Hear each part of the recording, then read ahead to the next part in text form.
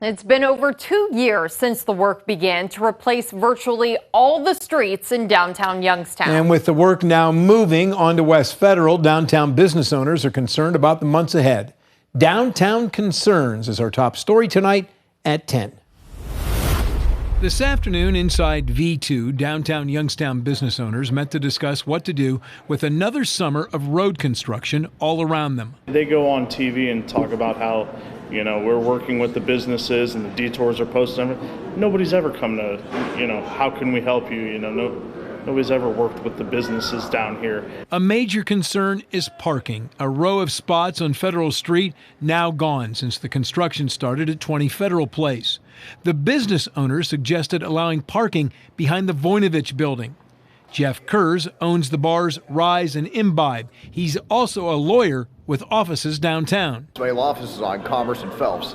I haven't been able to park there in 2.5 years, but so I don't want, if this takes that long, that's devastating to the business. If it gets done within like 6 months, which is a reasonable time frame, then we might be able to weather the storm. Vernon Sesta owns V2. He knows he'll lose customers during the construction. He wants the city to have a remarketing plan for when it's all done. If you're losing people right now, how are you going to bring people back?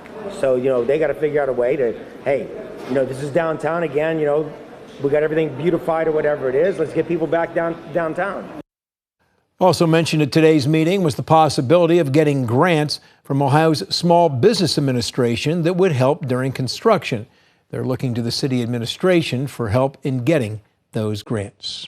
Hi everyone, I'm Lindsay Watson. Thanks for watching the WKBN 27 First News YouTube channel. If you want more video news, subscribe to our channel. And don't forget to download the WKBN 27 First News app for breaking news alerts.